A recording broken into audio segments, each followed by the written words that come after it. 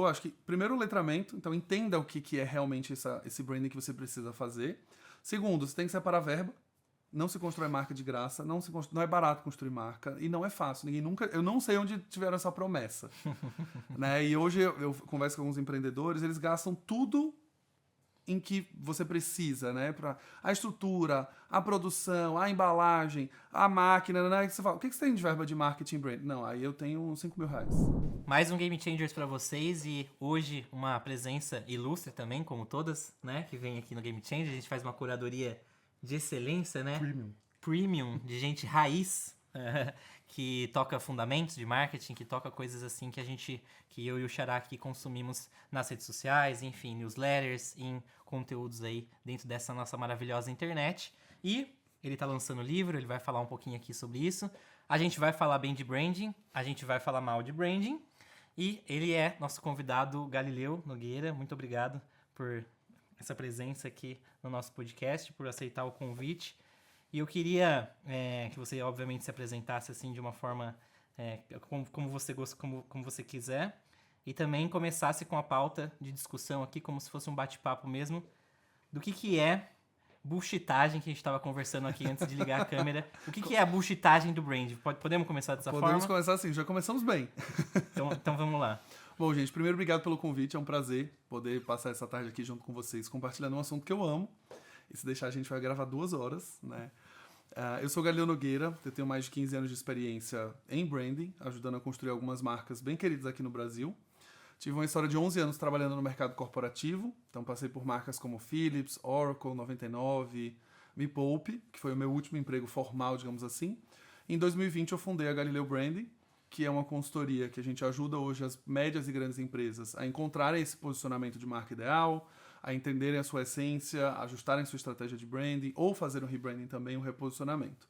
Então, tem 4 anos que eu estou empreendendo, eu sou um publicitário que caiu no empreendedorismo.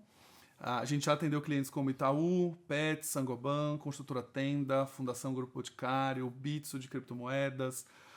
E a gente vem ajudando essas marcas a justamente terem uma estratégia mais sólida, né, de marca em si, e principalmente uma estratégia coerente, que eu acho que é a maior dificuldade hoje de branding, né? Branding ainda é encarado no mercado brasileiro principalmente como um grande verniz, né, que você coloca um verniz ali para dar um brilho, mas no final, por dentro, a marca não tem nada estruturado.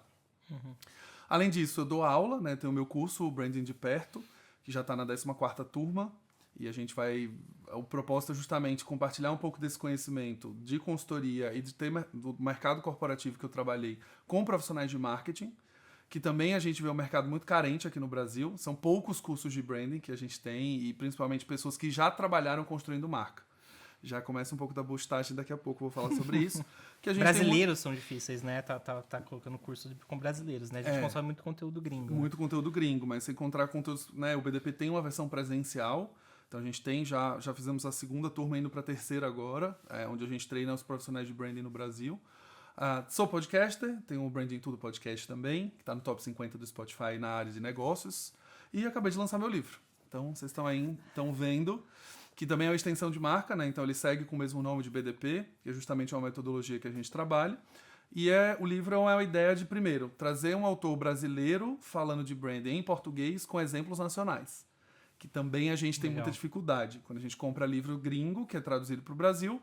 Nike, Philips, Adidas, Harley Davidson, que são marcas incríveis, servem de lição para nós, mas tem uma conexão um pouco distante. Então aqui eu trago clientes da consultoria, falo de exemplos de clientes pequenos, grandes, multinacionais e os desafios reais de branding. Então ele é um guia prático, são 15 capítulos, basicamente todo capítulo você tem uma introdução e uma parte teórica e no final de cada capítulo existe um exercício prático. Então ao final a ideia é você montar quase um brand book, para que você consiga fazer. Raiz e professor raiz. Professor raiz, exato. Já dei aula também na SPM, aula no meusucesso.com, aula na Miami School e ainda consigo dormir e fazer academia. E você falou sobre citar marcas internacionais em vez de marcas nacionais. Eu ouvi um podcast seu que você prometeu que você não ia citar a Apple, porque todo mundo fala de marca. E você descumpriu essa promessa no finalzinho. No finalzinho ali, ó. Assim, ele falou com a marca como a Apple e aí acabou tudo. Acabou a minha promessa.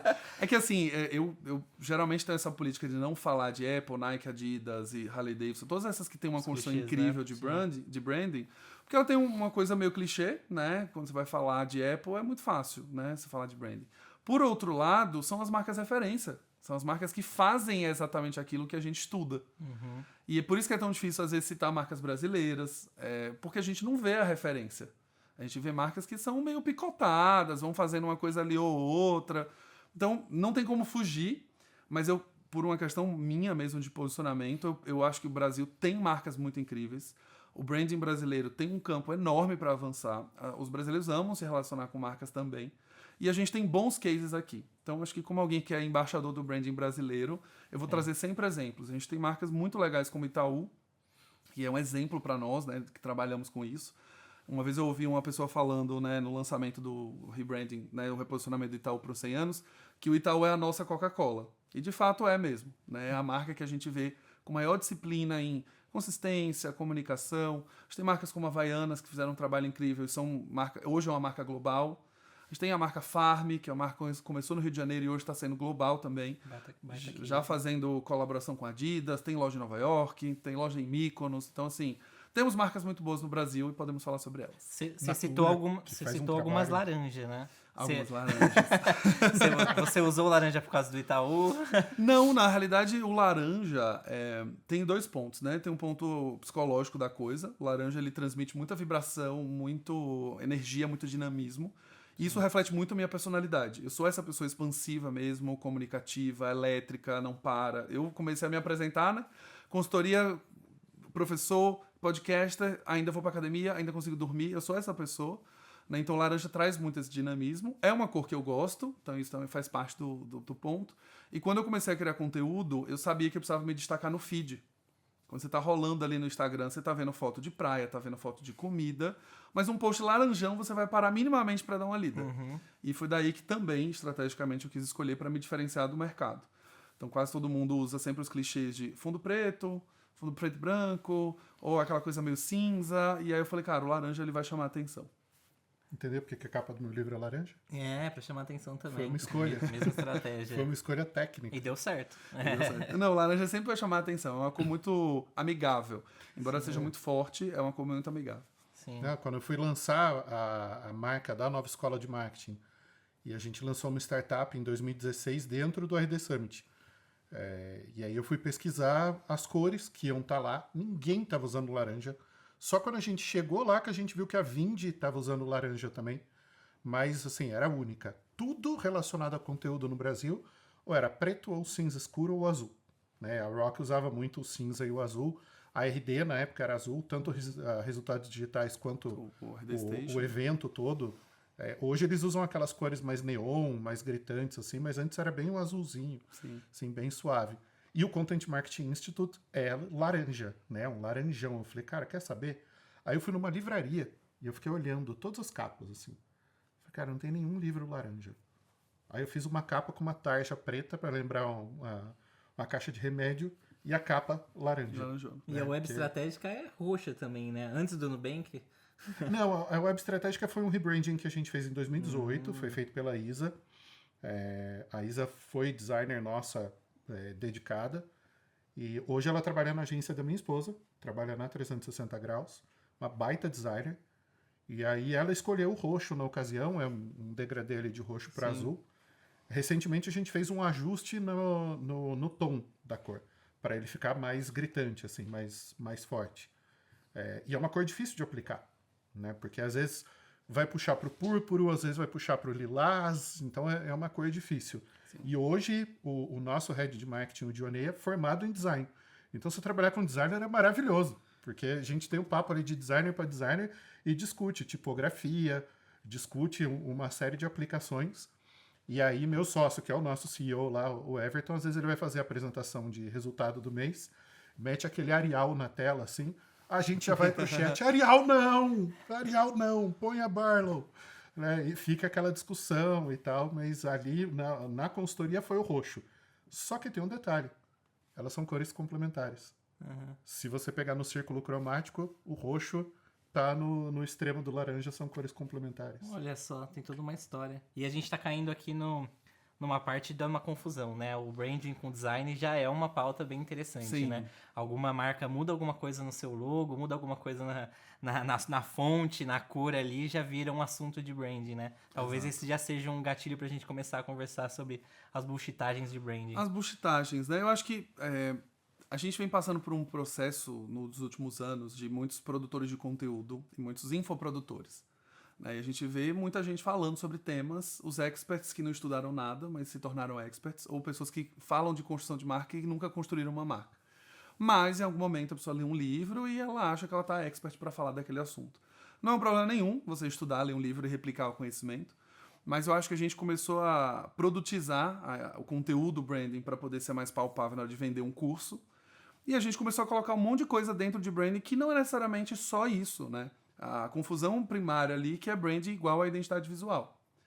Então hoje você tem branding para dentista, branding para médico, branding para advogado, e aí eu fico sem entender nada. Né? Tem branding para o digital, né? O que é branding para o digital, no final das contas, né? Você começa a ver cursos de branding para marcas pessoais, né? Branding pessoal, e aí você começa a confundir o que é de fato se vestir bem com branding. Que você vai ver o curso de marca pessoal, é um curso de uma pessoa ensinando a você escolher roupa. Escolher um batom, cortar o cabelo de um jeito, que é só um pedaço do pedaço do pedaço de uma construção de uma marca pessoal.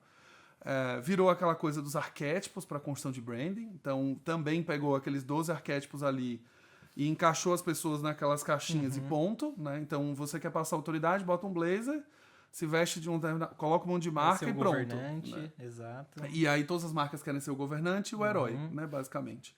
Você vai fazer qualquer dinâmica... Menos Harley Davidson, que quer ser o rebelde. Exato. Então, acho que a gente tem muita confusão no mercado sobre o que é branding, pouca técnica, pouco letramento de quem atua também no momento de gerência ou diretoria, que também acha que branding é um pouco disso, quando na realidade a gente vê que branding é algo muito mais complexo e muito mais completo. Né? A identidade visual é só uma parte da estratégia de branding. Né? A maneira como você se veste na marca pessoal é só um pedaço de uma estratégia de branding. Então tem muita bullshitagem que é tornar esse verniz. Né? Quando você vai fazer branding para dentistas, o que é branding para dentistas? Eu adorei a figura do verniz. Cara, o verniz ele representa muito bem, né? O verniz é só aquele brilho. Você coloca um brilho de tinta ali de verniz e foi. Não, o Gene Schwartz é um dos copywriters que falava muito do recurso da imagem mental, né? Do filme mental. E algumas descrições fazem você visualizar exatamente aquilo. Cara, eu achei perfeita a descrição do verniz. Pega um traço velho, passa um verniz. Tá lindo. E você consegue, né, dar um truque Engana quando você por um coloca, tempo, né? Você fala, não, aquele móvel parece novo. Ele não é, ele sempre foi antigo. Mas você colocou um verniz, parece novo. Então, eu acho que eu tenho visto muito também nos últimos anos no mercado essa coisa de, vamos mudar o logo aqui só para dar um verniz. A empresa continua a mesma, a essência continua a mesma, o serviço continua ruim, o produto continua ruim, mas agora tem uma logo um pouco mais bonita. Duas coisas que eu vejo nessa tendência aí que me preocupam muito. A primeira é o lance do humanizar a marca. Porque a gente tem que humanizar, a gente tem que humanizar, a gente tem que humanizar. Aí você vai ver a empresa está colocando um chatbot para automatizar o atendimento. Mas ela quer contratar um copywriter freelancer para humanizar o chatbot. O PJ ali, a falta de autenticidade, né? Esses dias, assim, cara, e não querendo ridicularizar, mas a hora que você bota em contexto, você fala, é muito absurdo. O Google tem 20 mil engenheiros trabalhando no algoritmo. A OpenAI tem 5 ou 6 mil engenheiros trabalhando na tecnologia. Aí um banco brasileiro instalou um chatbot e o chatbot começou a fazer bobagem, o que já é esperado. A pessoa entra lá e fala, eu quero fechar a conta, e aí vem uma resposta padrão de chatbot. Será um prazer atendê-lo e ajudá-lo a realizar o fechamento da sua conta. Né? Totalmente fora de contexto. Aí eles estavam procurando e vieram pedir indicações no mercado, e uma das pessoas veio perguntar se podia me indicar, porque eles queriam alguém muito bom de copywriting, para botar a mão na massa mesmo, sentar, ir lá e resolver o problema e melhorar o atendimento do chatbot deles. Mas era um freela, só uns 3 meses, assim. Eu falei, tem gente construindo uma inteligência artificial com 6 mil engenheiros, o cara quer um freela para humanizar o chatbot. E os 6 mil engenheiros não estão conseguindo chegar não conseguem fazer o negócio funcionar, mas um freela vai resolver. Mas aí, agora a gente tem o patrono do marketing, né, São Philip Kotler, entrando na onda da humanização. Né? O Kotler, minha visão pessoal, ele virou uma marca serial. Ele empresta a marca Kotler para vários livros. Então ele já tem coautores ali desde o Marketing 4.0. A minha percepção é que o livro não foi escrito por ele. Foi escrito por gente orientada por ele, que trabalha na equipe com ele, pesquisadores que convivem com ele, mas que não são ele. E aí a marca Philip Kotler entra lá para ajudar a vender o livro. E aí o último é esse Human to Human, né? E agora deu a autenticidade, que a gente estava falando no podcast anterior, para todo mundo que fala de humanização de marca, como se isso fosse a solução de todos os problemas. Não, bota um terno bonito no seu CEO e bota ele para gravar vídeo no Instagram e fazer selfie todo dia, que sua marca vai estar humanizada. Só autenticidade já é um tema extremamente complexo, né? Cada um tem sua jornada, seu tempo de autenticidade, às vezes não é o momento, enfim. É uma discussão de humanas, né? É uma discussão que dá para evoluir por muitos aspectos, assim. É a solução one size fits all. Né? Exato. Pega uma bota, serve para todo mundo, independente de quanto você calça, vai resolver o problema. Tem uma brincadeira que eu faço com os alunos, eu falo, é fácil fazer case de sucesso para o McDonald's, eu quero ver fazer para o Bob's. Né? É fácil você contar case de sucesso do líder de mercado. Né? Vai pegar o terceiro, quarto colocado no mercado e fazer o case. Pensando no desafio assim, do empreendedor, do empresário, que tem uma preocupação em construir uma marca que seja maior do que ele. Né? O cara construiu ali o negócio, chegou naquele tamanho em que ele precisa começar a olhar para isso com mais seriedade. Ele fez lá o primeiro logo, ele tem as embalagens, ele tem a fachada dele ali, que muitas vezes até foi feita por um arquiteto, por um decorador, mas a gente olha aquilo, vê que não tem uma consistência, que as coisas não conversam entre si. Então, assim, estava bom para o começo, mas agora precisa ter uma seriedade, precisa ter um pensamento por trás. Como é que esse cara começa? Se ele não puder chegar no Galileu e falar, cara, eu quero que você cuide da minha marca, o que ele tem que olhar primeiro? Quais são desafios que ele vai identificar para falar, essa é a hora de eu olhar para branding? Excelente. Eu vou fazer o jabá do livro. Faça. Porque eu acho que assim, a ideia do livro foi justamente partir desse lugar, por isso que eu chamo ele de um guia, né, o BDP, o guia, que é justamente um lugar que, primeiro de tudo, ele precisa ter letramento sobre o assunto. Isso eu acho que é o primeiro ponto. Né, o empreendedor, eu estava refletindo sobre isso esses dias, o empreendedor brasileiro, aqui olhando para o nosso mercado, quando a gente olha os dados, a gente tem 48% dos empreendedores empreendendo por necessidade. Então ele foi mandado embora, a família aumentou, precisa de renda extra, vai trocar de carreira, não quer mais fazer aquilo, está vindo para cá, mas não tem dinheiro para fazer uma empresa, né? Ele simplesmente vai sair e vai montar. E esse empreendedor, ele chega muito carente de conhecimento. A gente não passa na faculdade com disciplinas de empreendedorismo, a gente não aprende a fazer gestão.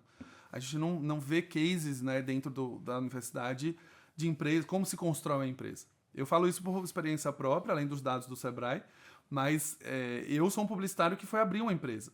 Eu tinha basicamente uma base de gestão vindo de um MBA que eu fiz em 2012, 12 anos atrás. Mas na hora que você vai abrir uma empresa, você começa a descobrir um mundo de coisa. E esse empreendedor que empreende por necessidade, ele precisa ganhar dinheiro mês que vem. Então ele não vai fazer branding no começo. Primeiro que ele não tem dinheiro, né? Esse empreendedor vai pegar o dinheiro que ele tem, a rescisão, o que seja, para pegar um ponto de venda físico, se for, ou para montar um e-commerce, para comprar os primeiros estoques ali que ele precisa fazer e botar para vender para o mês que vem já ter dinheiro. Ele não vai pegar 20 mil reais e falar, vou contratar um designer, vou contratar um redator, vou contratar um estrategista. Não vai, ele vai simplesmente começar. Mas o ponto é que quando ele sai desse estágio de necessidade e começa a dar lucro, a empresa já está estabilizada, e aqui eu não estou falando nem de startup, estou falando de empresa comum mesmo. Ele vai agora falar, não, estabilizaram as minhas vendas, eu não estou crescendo mais. Eu vejo nas histórias dos empreendedores que eu converso que sempre tem um gatilho para pensar na marca, e é quando todo o resto já deu errado. Não estou conseguindo vender mais, meu time não consegue fechar mais. Mídia paga tá caro. Mídia paga tá caro, o lead tá vindo frio, aí agora vamos fazer marca. E aí onde ele começa a achar que a marca vai salvar tudo também. Né? Que ele vai fazer o verniz, boa parte das vezes, e agora vai... Não, agora é minha marca. O famoso marketing bom não salva produto ruim. O marketing bom não salva produto ruim, que eu tenho uma paráfrase que é branding bom não salva produto ruim. Porque não salva mesmo. Mas esse empreendedor, quando ele começar a pensar em branding, ele precisa estudar e entender que existe técnica por trás.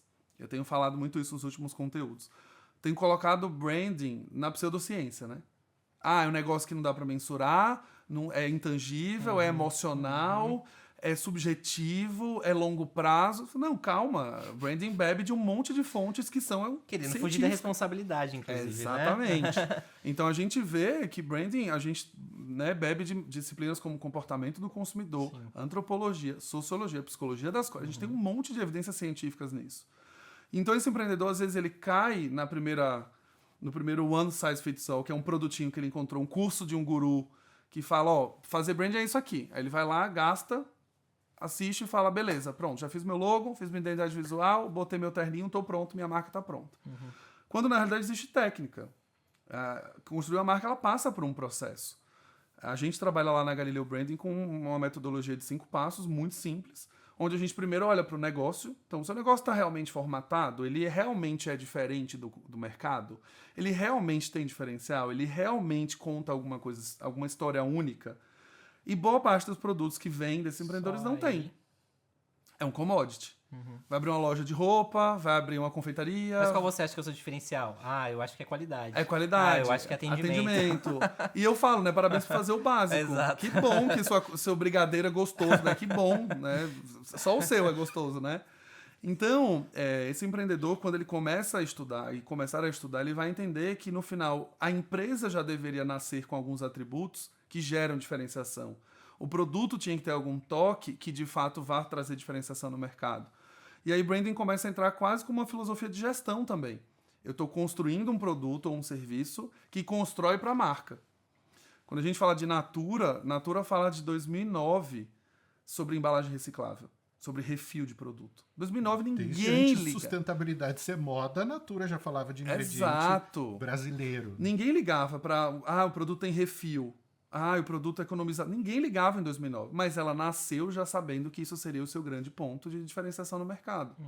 Aí a gente olha, 50 anos depois, a marca tem uma reputação basicamente 95% inquestionável em relação a práticas de sustentabilidade, ganha todos os prêmios, tem todas as certificações, tem um processo mais lento de produção de produto, porque ela se preocupa com a cadeia inteira. É autêntico, né? É autêntico, tem um posicionamento. Hoje passa por dificuldades de negócio, porque saiu comprando mão de empresa, fusionou, tirou, vendeu. Mudou o modelo, né? Mudou Antes o era modelo. vendedora Natura, depois migrou. Mas quando você olha para a construção da marca como um todo, é uma marca que sempre respirou os seus diferenciais e atributos desde o dia zero.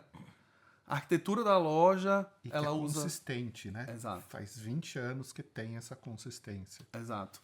E eu 20 olho... anos desde que eu me lembro, É, né? não, a Natura tem 50, né? Então, assim, desde sempre ela fez essa construção e depois ela pegou uma atração muito forte sobre isso. Então, quando você olha todos os pontos de contato com a marca, eles são muito coerentes. Eu fui visitar uma loja conceito deles aqui na Oscar Freire, a loja inteira de vidro, a fachada era inteira de vidro, e aí a loja ao redor também é toda de vidro, e eu fiquei me questionando, depois eu vi uma placa, né? A gente fez essa loja de vidro para entrar o máximo de luz solar possível, para que a gente use menos energia. Eles copiaram a Apple da Quinta Avenida. Né? Outra coisa também, quando você vai lá, a água, você tem a degustação de produtos, tá usando um sabonete ali, aquela água é a água que vai para as descargas, é a água que algumas vezes vai regar uma planta, uma coisa. Então, assim, isso daqui, a gente não tá falando de necessariamente marketing. Eu tô falando da essência da própria empresa. Sim. E é uma loja construindo para a mensagem da marca. É um produto construindo para a mensagem da marca. É uma filosofia de gestão construindo para a mensagem da marca. E tem um ponto legal aí, que a gente estava falando do empreendedor, que ele sente a necessidade de criar a marca também com um conceito muito errado, que é criar a marca para poder aumentar a margem, né? Porque aí eu vendo a marca, eu consigo aumentar o preço do meu produto, e olha o investimento que a Natura faz para poder ser autêntica com a marca. Ela poderia não fazer nenhum investimento desse, ser barato. A margem dela fica bem menor tendo que fazer isso. E, na verdade, quando você vai para o jogo de marca, você não vai para um jogo de margem maior, você vai para um jogo mais difícil ainda, né? Não um jogo mais fácil. É que a melhoria da margem é uma consequência, né? Quando a gente vai olhar a marca bem construída, a gente vai ter algumas consequências de ter feito uma boa construção. Quando você constrói realmente essa associação entre consumidor e marca, essa preferência, essa consideração, você gasta menos verba de marketing, você otimiza seus investimentos. O consumidor já te conhece, ele já te consome. Aumenta o número de indicações. Aumenta a indicação, aumenta a preferência. Ainda mais produto cosmético. Ninguém vai comprar um creme diferente a cada mês. Exato. A pessoa fidelizou naquilo, vai. Né? O perfume, usou aquilo, vai pra vida. Talvez pro resto da vida. É. Né? Assim. Então, Exato. Então, esse empreendedor, acho que, primeiro, o letramento. Então, entenda o que é realmente esse branding que você precisa fazer. Segundo, você tem que separar verba. Não se constrói marca de graça, não é barato construir marca e não é fácil. Ninguém nunca, eu não sei onde tiveram essa promessa. Né? E hoje eu converso com alguns empreendedores, eles gastam tudo em que você precisa, né? A estrutura, a produção, a embalagem, a máquina, né? Você fala, o que você tem de verba de marketing brand? Não, aí eu tenho uns R$5.000. Cara, você tem uma Ferrari muito legal que está dentro de uma garagem e não tem gasolina para sair. Uhum. Mas esse empreendedor ainda tem uma crença de que por ele ter a Ferrari vai se vender sozinho. Não, meu produto é muito bom, as pessoas vão indicar, elas vão. Mas chega num teto em que não tem como. O consumidor ele só pode comprar de uma marca que ele já ouviu falar. Uhum. Então, se você não faz nenhum esforço de marketing, o consumidor nem sabe que você existe, nem vai procurar a sua empresa. É o nível de conscientização, né? É o nível de conscientização. Eu fiz um conteúdo há uns meses, uma vez eu tinha um tênis branco que estava meio amarelado. E aí eu fui ver aquelas receitas caseiras na internet, que é mistura bicarbonato com água oxigenada, passa no tênis, bota no sol e tal. E eu falei, cara, não é possível que eu não tenha um produto que deixe meu tênis branco, que eu tenho que fazer essa receita caseira. Só que esse produto nunca apareceu para mim. Nunca via, não via em lugar, não via ninguém comentando, não via, né? Não via. Passaram-se 6 meses na minha busca, eu comprei o bicarbonato, água oxigenada, deixei lá, nunca fiz. No dia que eu fiz não teve sol, no dia que teve sol tinha que sair, e aí você não podia deixar o produto porque ele queimava, então você tinha que tirar mesmo o produto depois de algumas horas. Se deixar ali já era. Exato. E aí um dia eu tava assistindo o TikTok ali, rolando no feed, um influenciador falando de um produto que branqueava tênis. Esse influenciador não era um publi, ele estava simplesmente falando que ele comprou e achou legal e recomendou para sua base. Mas olha o tempo, de janeiro a julho, essa marca nunca existiu na minha cabeça, eu nunca soube que ela poderia ajudar a minha vida. Então, ela poderia ter acelerado o processo inteiro de vendas se ela tivesse simplesmente feito uma campanha junto comigo e falado, ó, eu preciso estar nos canais onde ele está, onde essas pessoas consomem, e essa marca com certeza teria uma escala muito maior em venda, seu produto sairia muito mais se elas soubessem que existia. Então, o empreendedor hoje, o pequeno principalmente, ele sofre muito na coisa de, mas a concorrência é muito acirrada. Mas você não faz nenhum esforço de comunicação, nenhuma iniciativa de marketing e acha que o produto vai vender por si só, é o primeiro erro. Porque a gente tem hoje no Brasil, né, ano passado, foram 350 mil pedidos de registro de marca no INPI. Tudo bem que essas marcas aqui são proteções algumas vezes, né? Eu quero ter uma ideia lá daqui a 2 anos, eu registro agora. Mas vamos pegar 10%. 35 mil pedidos de registro de marca. São 35 mil novas marcas no Brasil. É gente pra caramba, é marca pra caramba. E aí você tem um custo alto de anúncio, a mídia paga cada vez mais cara, e você fala, cara, como que seu negócio vai prosperar se você nem faz esforço de comunicação? Sim. Então eu também recomendo sempre separar uma verba, e aí, de fato, se possível, contratar profissionais que possam te ajudar nesse processo. Que também é um pouco do empreendedorismo solo, que é eu vou ter que fazer, eu vou ter que aprender, eu vou ter que desenhar eu mesmo, depois eu contrato alguém. Também temos um teto. E aí, eu sei que você está no segundo ponto aí falando sobre verba, eu queria abrir um parênteses aí, que nessa parte de eu fazer sozinho, às vezes afofa um pouco a pessoa, o gestor, o líder ali, e isso é um problema, né? Porque quando vai tratar branding, pode virar o bebê dele. Você estava até falando sobre dados, né? Quando o brand chega em dados, maravilhoso. Eu sei que é difícil, eu sei que tem muita coisa que realmente é caro para você fazer pesquisa, muitas vezes, né? Mas mesmo com o dado, às vezes o meu bebê é o jeito que eu quero, entendeu? E aí você tem um inimigo ali que é o próprio gestor. Você tá falando de marca, você tá falando o CPF misturando com o CNPJ ali, né? Tem. Existe um apego emocional Sim. em cima da criação. Né? E eu costumo dizer que a pessoa tem o case nas costas, né? Então, quando você chega para mexer, a pessoa fala, mas eu fiz isso tudo sozinho, olha onde eu cheguei. Olha onde eu cheguei. Você acha faturando tudo isso? E aí eu sempre explico, né? Chegar do 0 ao 100 foi uma jornada muito difícil, muito longa, você fez. Parabéns. Mas do 100 para 1 milhão, você não tem esse background. Muda completamente o jogo. Mesmo de 100 para 1000. Exato. Né? Já é outra jornada muito mais complexa. É muito mais complexa. E a gente tem, assim, como consultoria, alguns momentos que a gente vai com carinho, porque a gente sabe que o cliente não vai querer mexer. A gente teve um caso de um cliente que ele ia passar por um processo de rebranding mesmo. A empresa mudou o modelo de negócio, mudou a forma de remuneração, mudou o comissionamento. E eu falei, você está mudando a estrutura de uma empresa. Você precisa de um rebrand, não é um reposicionamento. Você precisa mudar a sua marca completamente. E aí ficou numa discussão de tipo, não, você pode mexer a estrutura inteira. O logo, a gente não vai mexer. E aí eu falei, cara, mas como é que você marca esse novo momento de uma empresa que não é mais aquela? Não é que você evoluiu, não é que você incrementou. Não, você mudou, você é outro negócio. Você tem outros valores. É outra simbologia, né? Ah, mas é que esse logo a gente não gostaria de mexer. A gente não gostaria. Eu posso até vocês sugerirem uma atualização, mas mexer mesmo, estruturalmente, a gente não vai mexer. E aí eu entro num dilema, né, de todo empreendedor, que lá na empresa a gente fala muito, que é a frase do capitalismo venceu. Nessas horas o capitalismo venceu. Aí tudo bem. A gente vai sugerir como consultoria. A gente apresentou 3 opções de logo, junto com a identidade visual inteira. Ele reprovou todas as 3. A gente insistiu em apresentar 2 novas. Uma atualização básica do dele, mais uma opção que a gente gostaria que ele fizesse, ele também reprovou. E ele quis ficar. E aí eu respeito muito a individualidade. A marca é sua, não é minha. Sim. Eu sou só a consultoria que te ajuda a chegar nesse lugar. Né? E isso nas empresas que eu passei também. Eu sempre tinha um senso de dono muito forte. Não, essa marca eu estou cuidando, ela é o meu filho, a verba está comigo, as ações estão comigo. Ah, mas o VP não aprova, o diretor não aprova, o presidente não aprova. Eu insisto. Chegou um momento que fala, a marca é de vocês, o dinheiro é de vocês, não é meu, vamos fazer o que vocês precisam. Exatamente. E aí a gente segue.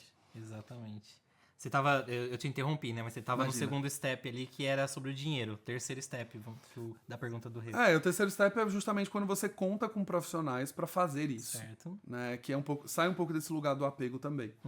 Né? A gente ainda não tem essa cultura do empreendedor, pelo menos dentro da bolha que eu convivo e com os empreendedores que eu falo, dele confiar nos profissionais que ele precisa para construírem o que ele precisa. Então é a coisa do olho do dono que engorda, eu preciso estar em cima, eu tenho case nas costas, eu fiz até aqui, então eu não confio tanto no seu trabalho. E eu tenho uma filosofia que é muito diferente. Quando eu contrato gente para minha equipe, é porque eu estou contratando a experiência dela. Sim. Então, se ela me falar que é para mudar tal e tal coisa, e eu não tenho essa especialidade em mim ali, o máximo que eu vou fazer é perguntas para tirar dúvidas. Mas eu preciso confiar nesse trabalho. E aí a gente tem um teto. Não dá para você ficar fazendo com seu sobrinho, com um conhecido, com um amigo, de maneira, né, sem critério. Algum momento que você quer realmente escalar o negócio e crescer, você precisa trazer gente com experiência. Você precisa trazer gente com práticas de mercado, que conhecem, que estudam, para poder fazer o negócio acontecer. Sim. E esse empreendedor ainda insiste em falar, não, mas deixa aqui, eu falei com um amigo, eu fiz um freela, e ainda falta essa Você profissionalização. não tá falando de empresa pequenininha, às vezes a empresa é até média e o discurso é parecido Exato. com esse, né? A gente atende alguns clientes que, por exemplo, nunca fizeram uma pesquisa de mercado. Clientes médios, marcas que têm 20, 40 anos, 35 anos. Nunca fizeram uma pesquisa de mercado, nunca entenderam o comportamento do consumidor, nunca colocaram... Eu sei o que o meu cliente precisa. Ele compra de mim há 10 anos. Exato. E isso é uma coisa que a gente também tem um segundo dilema. Mesmo quando a gente convence o cliente a comprar uma pesquisa encomendada, quando a gente apresenta, ele fala, trouxemos uma informação nova. Esse dado aí eu tenho dúvida. Sim. Será que você entrevistou o público certo? Eu tô achando que essa medo amostra... de tá errado, né? A amostra que tá aí, essa amostra aí, eu acho que vocês recrutaram errado. Acho que essa pessoa que fez a análise, ela não fez o filtro da maneira correta. Corpo de prova, 5.000 pessoas. Exato. E aí você tem um outro fenômeno também, que é ao mesmo tempo, que é... Nossa, mas vocês trouxeram o que a gente já sabe. Ué, eu contratei uma pesquisa para vocês trazerem isso aqui. E aí a gente fala, não, mas a pesquisa ela não veio simplesmente trazer coisas novas. Ela veio para validar hipóteses também. Que bom. E que bom que o que vocês achavam bateu, porque tem muitas vezes que não bate nada. Né? E aí, de novo, eu sempre culpo a falta de letramento. Né? A gente fez um trabalho agora para uma consultoria de pesquisa. O Brasil basicamente investiu R$1 bilhão em pesquisa e desenvolvimento no ano de 2023. Só 4 empresas no ranking global de pesquisa são brasileiras. Né? Então a gente tem, acho que é TOTUS, Petrobras, Vale e mais uma outra que eu não lembro agora. E R$1 bilhão em pesquisa é 7,5% do que a Amazon investe em pesquisa globalmente. A Apple, em 5 anos, investiu $100 bilhões em pesquisa, em 5 anos. Então, assim, a gente ainda carece muito desses executivos que entendem pesquisa, que sabem ler uma pesquisa, que sabem interpretar um dado. Né? Eu vi um dado recentemente. 78% dos brasileiros não sabem diferenciar opinião de fato. Isso é um problema quando a gente está falando de estratégia. Porque uma coisa é um fato, o seu consumidor age desta forma em 80% dos casos. Outra coisa é o que você acha que ele faz. É a sua opinião. Então a gente tem um problema muito complexo para ser resolvido e eu acho que só através da educação mesmo. Mas e esse distanciamento que acontece da pesquisa, eu acho que existe um preconceito contra a pesquisa de mercado, né? O primeiro preconceito é que ela é cara. né? Então é uma coisa cara, é uma coisa que não tem uma confiabilidade muitas vezes. A gente aqui no Brasil tem um distanciamento enorme do corporativo com a academia, né? O meio acadêmico e o corporativo é separado. Isso é ruim para os dois lados, inclusive, né? E a falta de letramento, não sei se você entende muito bem, a falta de letramento que você está dizendo é o analfabetismo funcional de dados. A gente apresentar uma pesquisa e a pessoa saber ler. Sim. Ela não sabe ler a pesquisa, não sabe cruzar um dado. Essa informação combinada com essa dá essa. A gente já teve casos de ter que explicar o que é uma amostra. O que é uma amostra? E aí a gente está explicando isso para um executivo. E quais são as alternativas que você tem usado para driblar isso, né? Tanto não ter uma pesquisa ou não ter o letramento. Bom, na falta de letramento... Assinando embaixo do capitalismo e bora que bora. Aí, assim, aqui a gente tem um ponto, né, meu, como alguém que lidera uma consultoria de branding, que traz justamente esse peso para o mercado. Tem. O letramento vem através de educação. Então, quando a gente percebe que o cliente não sabe, a gente vai dar aula. Antes de a gente apresentar o resultado da pesquisa, vamos aqui passar o one-on-one básico de pesquisa. O que é uma taxa amostral? Por que a gente não precisa entrevistar 200 milhões de brasileiros para saber uma opinião de uma pessoa e validar? Por que uma pesquisa qualitativa não precisa entrevistar 150 pessoas? Com 8 ou 9 pessoas você já tem uma boa base. O que significam associações de atributos? Não é nem brand, é metodologia científica. É ler uma pesquisa, de fato. E, de novo, a gente começa a olhar para as empresas que nunca fizeram uma pesquisa. Um executivo que nunca viu uma pesquisa de mercado, nunca comprou um Ibope, Kantar ou qualquer outra pesquisa. Então fica difícil até quando você apresenta, porque em alguns momentos, lá no começo da Galileu, a gente apresentava algumas coisas assim, nossa, mas a gente só entrevistou 400 pessoas, achei pouco. Então, vamos explicar o que é uma amostra. Aí a gente voltava. Tá, mas por que a gente não pode entrevistar 5 mil pessoas? Então, a gente tem um negócio chamado custo. Né? E se a gente for entrevistar 5 mil pessoas, o custo por resposta é R$4. Então pega 5 mil pessoas por R$4, o budget que você me passou só cabia 300 pessoas, que dentro de um percentual amostral no seu público-alvo, tá tudo bem, você já tem uma amostra relevante. Tá, mas e esse dado aqui que o consumidor consome, sei lá, minha marca é 70% mulheres, ou a categoria é 70%, mas eu só vendo para homem, cadê essas mulheres que vocês estão mostrando? Então, a gente tem um ponto que a sua marca foi posicionada para falar simplesmente com homens. Mas o mercado consumidor é feito de 70% de mulheres e a sua marca nunca se comunicou com esse perfil. Por isso que elas não estão aqui na base. Eu não sei, ainda não desce. Então, é letramento mesmo, é entender como funciona. E quando a gente vai fazer as etapas de construção de marca, de essência de marca, aí é mais difícil ainda. O que é um atributo de marca? Não sabe explicar. O que é de fato...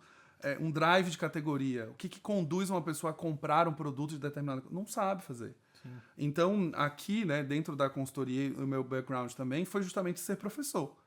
Então, a gente, às vezes, tem um pacote de treinamento antes do projeto começar, que é ensinando o que é um atributo de marca, ensinando o que é uma pesquisa. Faz parte, né? Faz super parte. E é uma linha de negócios dentro da empresa. Sim. Parte de educação, treinamento em company, etc., a gente geralmente junta o projeto de consultoria com treinamento sempre sendo vendidos em conjunto. Porque o próprio cliente, mesmo sendo um contratante da área de marketing, ele fala, cara, mas o presidente vai participar e ele não sabe nada do que a gente está falando. E a gente dá treinamentos, o último que a gente deu agora, a gente tinha CFO no treinamento. Porque eu preciso que ele entenda... Para liberar a verba. Para liberar a verba. Ele entenda que Você ia falar de uma maneira diferente, eu falei liberar a verba. Liberar a verba. E que ele entenda a importância e o papel dele também nesse processo. Sim. Quando a gente está falando de construção de marca com consistência e a gente traz o jurídico para ter um treinamento de branding, é porque se eu digo que eu sou uma marca simples e o meu contrato tem 90 páginas, eu não sou uma marca simples. Se tem um monte de juridiquês na confecção de um contrato e eu estou dizendo que a marca veio democratizar o acesso, ela não tem consistência, então. Autêntica, sim. Só que esse jurídico não está envolvido no projeto, esse jurídico não participa, porque não é dele, né? A área de branding é que cuida. Então, a gente vem por uma filosofia que não, cara, todo mundo constrói branding dentro de uma empresa. E você não tá tocando num assunto importante que é também, juntando com a bullshitagem, é que todo mundo acha que entende um pouquinho de branding, né? Você tá falando as pessoas não sabem, mas tem o lance que elas sabem aquelas tais informações, né? Sabem, o quanto isso atrapalha também no processo de construção, isso, enfim... Aqui a gente... É uma questão cultural, né? Falar de marketing é do tipo, eu aprendi alguma coisa, eu assisti um conteúdo, eu vi um vídeo e a pessoa se torna expert naquilo, né? Uhum. Então a gente tem muito, né? Principalmente pequeno empreendedor. Eu tive contato com uma agora, foi muito engraçado. Ela era uma médica que tinha um consultório E ela foi me chamar num lugar que eu tava num treinamento e ela falou assim, olha, eu vi que você fala sobre branding, tem uma consultoria, eu queria meio que ver um orçamento com você, porque assim, eu contratei uma pessoa de branding para fazer o branding da minha clínica.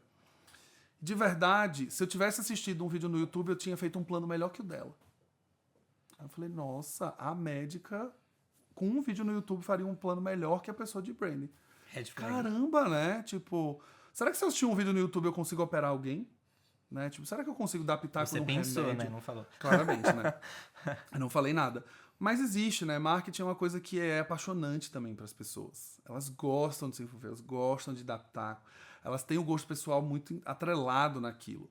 Então também, não importa se a empresa é pequena, grande ou média, o CEO gosta de Fórmula 1, vai patrocinar a Fórmula 1 sim, porque é o que o CEO gosta de assistir.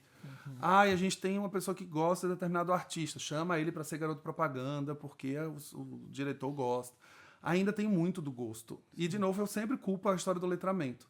Né? O branding, principalmente, é uma disciplina relativamente nova aqui no Brasil. O David Acker, que é o pai do branding, escreveu tem 30 anos. Só que, ultimamente, é que a gente tem visto o nome branding estar nas palestras, cargos de pessoas que realmente vão executar tarefas de branding surgindo recentemente. A gente tem um movimento aí de 5, 6 anos falando sobre branding no Brasil, com um certo afinco. A gente tem personagens como Ana Couto, por exemplo, que está há 30 anos falando de branding, mas num foco muito mais de design, trazendo muito mais para a parte visual da coisa. Tem também estratégia, claro. Mas ainda assim, se o CFO, se o CEO, se o diretor ainda duvida de marketing, que é uma disciplina ainda mais antiga e ainda coloca muito pitaco, quem dirá branding?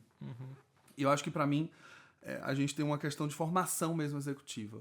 Eu tenho falado muito sobre isso nas universidades, a gente não tem matérias que falem sobre isso. Nos cursos de empreendedorismo, você vê lá, abrir empresa, fluxo de caixa, liderança, gestão de pessoas, processos, mas não tem uma disciplina de branding, não tem disciplina de marketing, geralmente. E quando vem marketing é geração de demanda, geração de lead, aumento de venda. Nunca é marketing no aspecto de construir imagem. Curto prazo, né? Exato. Mas tem alguns fenômenos que o resto também pode falar melhor, que estão empurrando um pouco o branding para ser estudado de alguma forma, né? Sim. Um dos fenômenos é a vinculação CNPJ-CPF, né? Eu acho que você convidar o CEO para poder ser influenciador, ou o influenciador abrir sua própria marca, estudar a estratégia de como às vezes a pessoa cresceu de uma forma não organizada, né? Não estratégica. De repente agora ela vai criar a marca e precisa construir de forma estratégica. E até assim, pessoas um pouco mais letradas, né? Mas que estão sendo empurradas por branding. Tem a parte ruim disso, que daí vem o personal branding, né? Toda vez que mistura o CPF, vem o personal branding, mas existem alguns fenômenos acontecendo para que o branding esteja mais em evidência. Não é do nada que isso surgiu, né? Como que você enxerga esses fenômenos assim? A gente viu primeiro um movimento do cenário das startups. Os fundos de investimento globais começaram a pressionar as startups que eram investidas a terem marca, porque isso veio da cultura americana. Né? O Uber, ele teve o seu valuation e todo aquele dinheiro colocado, boa parte pela marca e boa parte pelo potencial que o negócio teria para o futuro. Mas a marca tinha um valor muito grande e ela entrou no valuation dessa empresa. Então os fundos começaram a também requisitar. Não, mas e aí a marca? Né? O que vocês estão fazendo da marca? Performance eu já entendi, mas e marca? O que vocês estão fazendo? Porque os fundos já sabiam que quando você investe em marca, você melhora LTV, você diminui custos de marketing, você melhora retenção, fidelização. Os fundos já sabiam disso. De novo, o viés é sempre o lucro. Então o fundo ele quer que você construa a marca para ele ganhar mais também. E tá tudo certo. Os influenciadores passaram por esse movimento de construírem uma marca vindo das redes sociais, quando eles perceberam que fazer publi não é uma coisa que vai ser para a vida toda. Que o investimento vai diminuir, o alcance das plataformas diminui, o resultado diminui, e ele vai lá e fala, agora eu preciso ser empreendedor. Eu preciso criar um negócio. E aí ele começa a ver que criar um negócio não é fácil, e como ele já tinha uma marca pessoal criada na influência, ele agora quer transferir isso para um negócio que ele está criando. Então tem movimentos que estão sendo colocados, meio empurrados. O próprio mercado tem trazido mais para palestras, por também um outro movimento, que foi quando os fundos tiraram dinheiro de performance. Falou, beleza, vocês querem capturar um monte de lead, dado, né? Mas cadê a rentabilidade? Vou cortar um pouquinho dessa torneira. E quando corta a torneira, sem marca as empresas não vivem. Eu dei uma palestra na RD Summit que eu levei esses 3 cases. Né? Airbnb, Uber e Unilever tiraram os investimentos de performance. Fechou a torneirinha. Fechou a torneirinha. As empresas cresceram 10%. Mas elas investiram 12 anos na construção de marca para poder desligar. E elas sobreviveram e continuaram vendendo. A gente tem hoje uma geração de empreendedores que se desligar a torneira não vende nada. Porque não tem fixação de marca. E existe também talvez um outro fenômeno que é a geração nova que busca e compra a autenticidade, né? Um risco e uma solução, mas também é um fenômeno que empurra um pouco o branding, né? Empurra também. A gente vê os criadores de conteúdo que viraram empreendedores investindo muito em branding. As empresas agora com a coisa de colocar o CEO para ser o grande porta-voz, que se fala como uma estratégia de branding também, mas pouco se fala de técnica. É um movimento muito arriscado colocar o CEO para ser o porta-voz. E não é novo, né? Você falou em outro podcast que esse é um movimento que sempre existiu e não é uma coisa nova também, né? Existe já alguns resultados Sim, prévios disso, sim. né? Eu comentei também recentemente sobre isso. A gente tem CIMED com a Adib sendo o grande porta-voz da marca. Aí você tem G4 Educação, que você tem 3 grandes Benchimol, porta-vozes. XP, né? Benchimol da XP e tal. É ótimo, traz proximidade, traz audiência, traz... Mas essas pessoas são pessoas e elas não são a empresa. Elas são uma pessoa que pode fazer qualquer coisa amanhã, pode dar uma declaração, pode ser pega fazendo alguma coisa e a empresa vai no buraco junto. A gente recentemente viu a Boca Rosa, né, lançando a sua marca. A marca teve problemas de produto e as pessoas estavam pressionando a Bianca para falar. Se fosse uma construção de marca de fato fundamentada em um negócio, é uma nota oficial da marca, o saque da marca atuando para fazer o reembolso, para fazer a troca, e no máximo uma pessoa de produto, um gerente de produto, também dando um pronunciamento. Mas como a marca é fundamentada 100% no influenciador, aí você tem a Bianca que tem que dizer alguma coisa. Aí ela passa 3, 4 dias sem falar nada. Isso afeta a reputação da marca como empresa, que é tipo, o problema tá acontecendo e a dona da marca não tá nem aí, tá viajando. Tá comprando carro, tá no shopping comprando bolo. E aí, né? E de novo, é uma estratégia de separação, que se fosse só uma empresa, essa empresa teria medidas corporativas. Quando eu trabalhei com a Natália Arcuri no Me Poupe, né, no canal que depois virou uma empresa, eu fui contratado para separar essas duas coisas. Porque A marca Me Poupe é mais forte que a marca Natália? A marca Me Poupe, ela é mais era, né, em 2020, quando eu trabalhei lá, ela era mais forte que as marcas como Primo Rico, como Economir, os canais ali, né? Lucro FC, eram A Me as Poupe marcas... era a primeira. Era a primeira. A Natália, como top of mind de pessoa, ela era disparado, bem distante do Primo Rico, assim, ela era realmente a referência dentro do mercado. A gente fez pesquisa de mercado, a gente fazia mensal lá, então a gente tinha uma pesquisa mensal, tinha uma verba muito boa para a construção disso. Um dado momento as pessoas falavam, a mulher do Me Poupe, a apresentadora do Me Poupe, a moça do Me Poupe. Então o Me Poupe tinha um canal muito grande, o canal era maior que ela, do ponto de vista de inscritos. Ela tinha o perfil dela pessoal lá que tinha 1.2, 1.3 milhões, o canal tinha 5 milhões de inscritos. Então você tinha a Me Poupe muito forte. O ponto é que gerou-se uma dependência muito grande. Ela tinha que estar gravando vídeo toda semana. E a frequência do canal era alta. Você tinha 3, 4 vídeos por semana. 5 anos depois, o influenciador está cansado de ter essa rotina, além de gerenciar a empresa, de ter equipe, de dar feedback, de avaliação de performance. Virou um empreendedor, né, no final das contas. Então eu fui contratado para separar essas duas coisas. A Natália, ela tinha posicionamentos que eram pessoais, mas a Me Poupe é uma empresa de internet com geração de conteúdo focado em finanças. É uma empresa de educação na internet também para falar de finanças. E essa separação, se você olhar a estratégia hoje, já está bem clara. A Me Poupe tem uma identidade visual clara, não é a voz da Natália na narração. Já existem outros apresentadores dentro do canal que não são ela, então a gente tem o quadro dela 2 vezes por semana, mas você tem 3, 4 outros gravando quadros também. Porque é um caminho, né? Vai desvencilhando até você Exato. realmente conseguir um resultado final. Não é Mas rápido isso, Não né? é rápido. Até porque é muito forte essa conciliação, Exato. né? É muito forte e também tem um pouco do ego também. Né? E você dizer que agora o canal não é seu, e você aparecer menos, e você gravar menos, e seu nome ser tirado da comunicação, e agora você construir uma marca que não é você mais, também é um processo de desapego. É difícil. Ela foi lá, gravou o primeiro vídeo ela mesma, apertando REC, e daqui a 5 anos você fala, agora você só grava uma vez por semana. E tem pessoas gravando no seu lugar, né? Fazendo de outra forma, falando de outra forma, né? Mas, queira ou não, bebe muito do que ela construiu de fundamento da empresa, né? Da marca, que ela você não vai modificar 100% uma coisa que foi criada ali, né? Exato. Não, isso é um fato. Assim, a essência da marca vem do fundador. Não tem como separar. As crenças do fundador elas são transferidas para a empresa. Só que quando a gente está falando de marcas centenárias, essas crenças elas vão se dissolvendo ao longo do tempo. Elas vão ficando cada vez mais corporativas. As marcas de moda, por exemplo, têm uma coisa de legado, né? Não, vamos trazer um diretor criativo novo, Mas ele não pode abandonar os modelos clássicos, ele não pode abandonar o estilo de desenho, ele não para manter. Mas as marcas já passaram por milhões de atualizações. Você pega uma Louis Vuitton que foi fundada em 1857, que começou servindo como baús para o Napoleão III e a esposa. Você olha para a marca hoje, que está patrocinando artistas de K-pop, artistas asiáticos, está fazendo acessório para casa, está fazendo perfume. Não é nada a ver com o que a gente viu 200 anos atrás, né? Na verdade, se eles estão fazendo acessório para casa, eles estão voltando para perto do baú, né? Exato. Mas você tem uma coisa que essas marcas passaram por mudança e atualizações. A Louis Vuitton, por exemplo, foi comprada por um grande grupo, que agora tem desafios estratégicos de margem, crescimento, volume.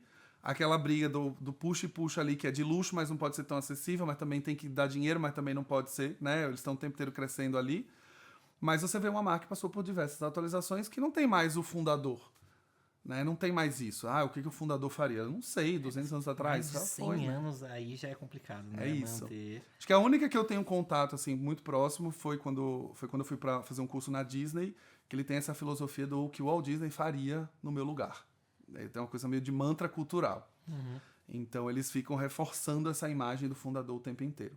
O próprio monumento, você chega na Disney, é o Walt Disney na frente, tem a coisa do culto ao fundador. Mas o resto das marcas, elas passam por uma independência mesmo, né? Então, a Me Poupe tá passando por esse processo. E até essa coisa do culto ao fundador é uma estratégia de marca. Né? Johnny Walker tem usado isso, Sim. Jack Daniels usa isso, tem outras marcas, principalmente quando leva o nome do fundador, né? Nesses casos, não tem como dissociar uma coisa da outra necessariamente. Exato. Entra até no tal do discurso da autenticidade. Né? Foi criado por uma bebida familiar, vem passando de geração em geração, até quando não é mais, né? Ainda tem esse fundamento, esse vínculo lá com o fundador. Mas esse movimento todo que a gente está vendo é uma coisa muito recente, né? A gente tem rede social há uma década e meia. Então, essa ascensão meteórica de gente com 5 milhões, 10 milhões, 50 milhões de seguidores, que de repente vira uma marca. Eu estava no Fórum E-Commerce Brasil e passou uma pessoa lá no stand e ele falou: eu sou gerente de marketing de uma distribuidora de cosméticos. E a fundadora lá da empresa briga com a gente porque eu não sei o nome das influencers aí de cosméticos. Por que a influenciadora X faz uma live commerce e vende 5 milhões e a gente não pode fazer? Porque você não é ela.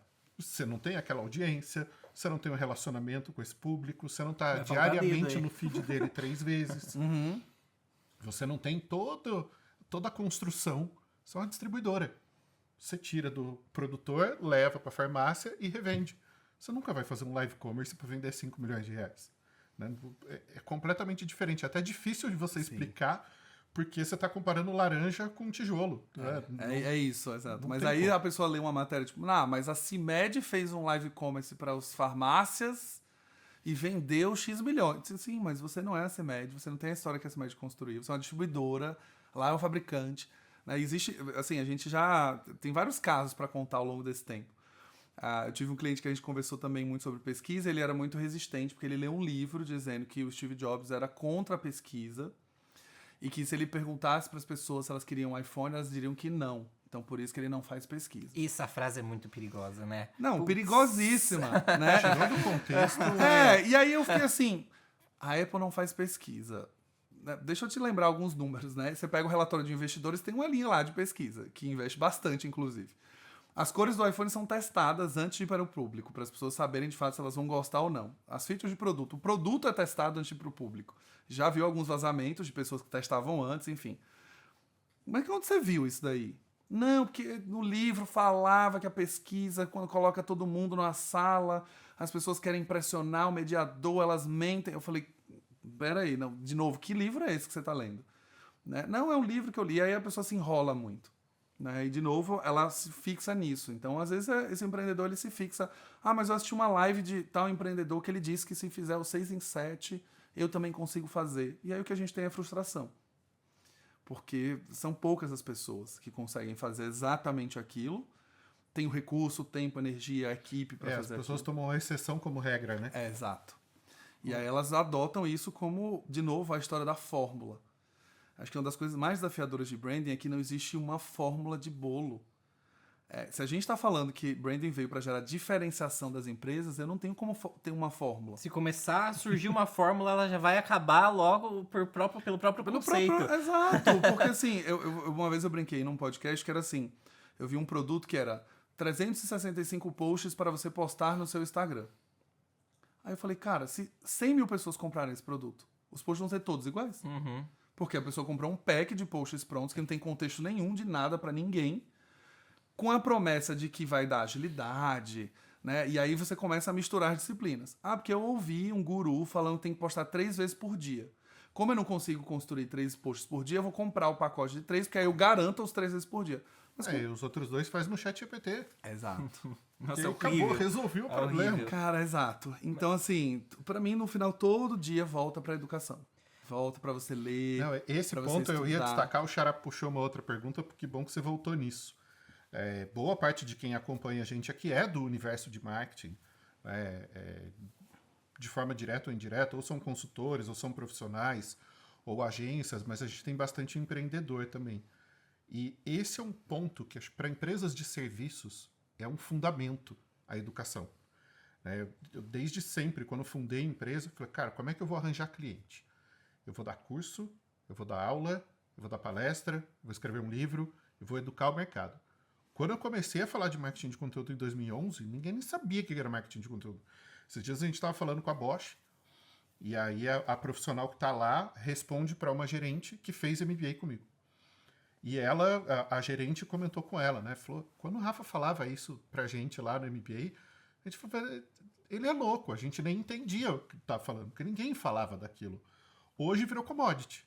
Todo mundo faz conteúdo, todo mundo acha que sabe fazer conteúdo, virou uma profusão de informação sem sentido, né? Comoditizou tudo. Então tá todo mundo cansado de e-book, tá todo mundo cansado de live, tá todo mundo cansado do feed, tá todo mundo cansado de rede social, tá todo mundo cansado da newsletter, tá todo mundo cansado. Né? Tem o efeito pandemia e tem o efeito de volume saturação, absurdo. né? Saturou a gente ficar vendo esses formatos. Mas o que fez a coisa chegar nisso foi a educação. Né? A Resultados Digitais começou com educação, a Raw Content começou com educação, eu foquei sempre em educação, então quando você traz esse ponto, eu penso, por exemplo, na Falcone. O papel do Falcone não foi só desenvolver uma baita metodologia de gestão, foi ensinar gestão em todos os lugares onde ele pôde, né? Construir a metodologia, construir a consultoria e continuar fazendo educação. Escrevendo livro, dando aula, dando palestra. Né? E aí todas as empresas de serviços, de forma geral, em algum momento elas vão ter que se envolver com a educação. Né? E eu vejo até um futuro pior em relação a isso, que é a questão da formação. Eu fiz a formação em marketing, eu tive uma disciplina de contabilidade. Eu odiei a disciplina, mas ela é útil para mim até hoje. Uhum. Porque a hora que a empresa saiu de lucro de simples para lucro presumido, de presumido para lucro real, e aí você tem uma série de complicações, e você tem que fazer balanço e auditoria. Se você não tem aquele básico, você vai ser enganado. Sim. Ou você vai cometer erros que vão custar muito dinheiro. Né? Uma decisão ali de não mudança do presumido para o real em um ano custou ali uns muitos dígitos em imposto. Muitos. Então, assim, são fundamentos que você tem que ter. E aí, a hora que a gente fala de vendas, por exemplo, ninguém tem aula de vendas. Em nenhuma faculdade se ensina. A pessoa sai de um curso de direito sem saber abrir uma empresa, sem saber nada de marketing, sem saber nada de contabilidade, sem saber da nada de academia gestão. com o mercado de trabalho, né? E aí você adiciona agora que ele tem que criar conteúdo para poder gerar cliente, né? Trazer lead. Aí essa pessoa também não sabe gerar conteúdo nenhum. E aí ela se recusa. Vou virar influencer, não gosto de abrir a câmera, não quero ficar fazendo dancinha. Aí vai lá, compra o curso de marketing para advogados. Exato. E aí depois o de branding para advogados. E aí faz a fórmula que todos os advogados que compraram esse curso também estão fazendo, e aí ele fica igual a todo mundo. Mas qual é o ponto paradoxal? Não, a educação é importante, mas tem muita é para educação. chamar a atenção de quem está acompanhando a gente nesse sentido. Você tem que trazer educação para dentro do negócio. Né? A gente tem um desafio bastante similar. Uma das áreas de atuação muito fortes nossa lá em SEO, que é um assunto extremamente técnico e, diferentemente de branding, não é um assunto legal. É um papo chato pra cacete, que é ficar falando do algoritmo do Google. Ninguém quer saber sobre isso. Só que se eu não vou lá e treino né? Eu tenho que trazer o cara da TI para ele entender que se ele colocar o JavaScript ali, ele vai ferrar a vida do usuário, vai ferrar a vida do Google e vai vender menos. Eu preciso trazer o cara de PR, porque a hora que eu vou fazer um trabalho de link building, eu preciso do pessoal de PR junto. Eu preciso do pessoal de design junto para desenhar a landing page e entender que se ele botar um slider na home, ele vai queimar a conversão da home. Mas o cara insiste em colocar um slider porque aí tem uma comunicação do RH, tem uma do marketing, tem uma de PR, tem uma do institucional e ainda tem a palavra do presidente. Porque, lógico, todos os clientes querem saber o que o presidente da empresa pensa. Tem um site que é porque não usar carrossel.com, você conhece, né? Não. Tem um site, porque não usar Eu conheço carrossel.com. outro, Make My Logo Bigger. Quiser, manda o link, que é importante. Então, assim, entra na mesma questão do aculturamento. Né? Cara, se você não ensinar sobre o assunto, você não pode exigir que as pessoas saibam. Sim. Né? E com as formações mais diversas possíveis. E aí é que eu acho que entra o ponto aqui, que é mais uma reflexão do que uma pergunta. A qualidade da formação está diminuindo ao longo dos anos.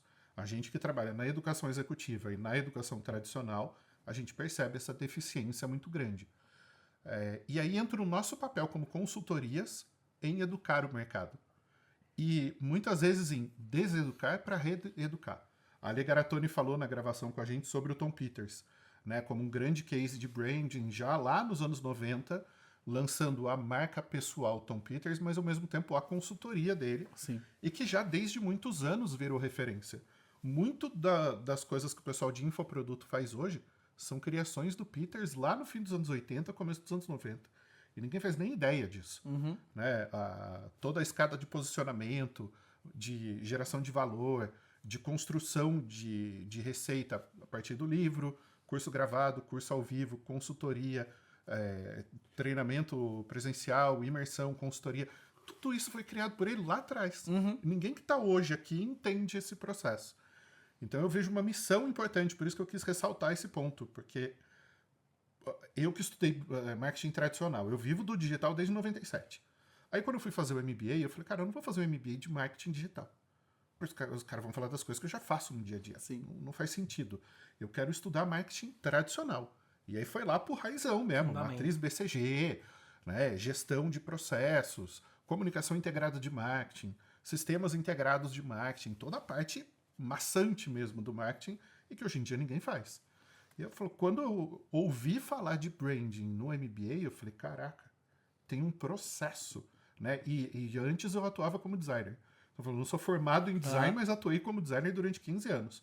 Essa nem o Xará sabe. Não sabia. Meu primeiro freela online, primeiro trampo que eu fazia era adaptação de tipografia para a língua portuguesa. É desenhar o cedilha, o acento, os caracteres que são da língua portuguesa. Então vinha a tipografia de fora e a gente tinha que seguir o mesmo padrão estético e fazer a adaptação para a língua portuguesa. Crase, não vinha crase. Né? Não vinha acentuação. A cada podcast você entrega mais a sua idade, Xará. É que eu ainda não contei, esse fica pro próximo, que eu já fui garoto de programa. Eu tinha programa na rádio aos 18 anos, fazia programa de quinta à noite e de domingo à tarde. Sobre marketing? Não, era rock and roll. A gente levava as bandas, entrevistava e tocava metal até altas horas na quinta-feira. Então eu tenho várias coisas bizarras no meu passado. Mas essa coisa do aculturamento, acho que é uma missão que a gente tem que puxar como profissionais de mercado, como referências de mercado, de levar a educação, né? De escrever livro, de dar aula, fazer coisas que não escalam. Porque assim, todo mundo hoje, depois da moda das startups, eu tenho falado que assim, ó, a década passada foi a década das startups, né? 2010 a 2020. Todo mundo queria ser startup. Fase boa, hein? Era legal. Tinha dinheiro, né? A galera botava investimento. Tinha dinheiro grátis por conta dos VCs, né? Sim, as taxas de juros no mundo inteiro lá embaixo, a galera precisava ganhar dinheiro, botava dinheiro em 100 startups, uma dava certo, fez o exit, o dinheiro volta. Contou a história. Tinha uma fórmula, né? Tinha uma receita ali para fazer acontecer. Você tinha o fundo justamente fazendo a curadoria das startups. E ninguém falava de marca. Quando acontecia, era muito mais uma consequência do que um planejamento. Isso quando os caras não usavam estratégias super ousadas, que eu não sei nem se cabe comentar aqui, mas imagine que você é uma marca de transportes em que as pessoas baixam um aplicativo para pedir um transporte no lugar de um táxi. E aí você está chegando na América do Sul e vai lançar o seu serviço no Rio de Janeiro. você contrata uma empresa de PR que faz uma estratégia totalmente não convencional, que quem quiser aprender mais pode ler o livro do Ryan Holiday, Acredite, Eu Estou Mentindo. E aí você manda pessoas para falar no sindicato dos taxistas que tem um aplicativo que vai acabar com o táxi. E o que as pessoas fazem?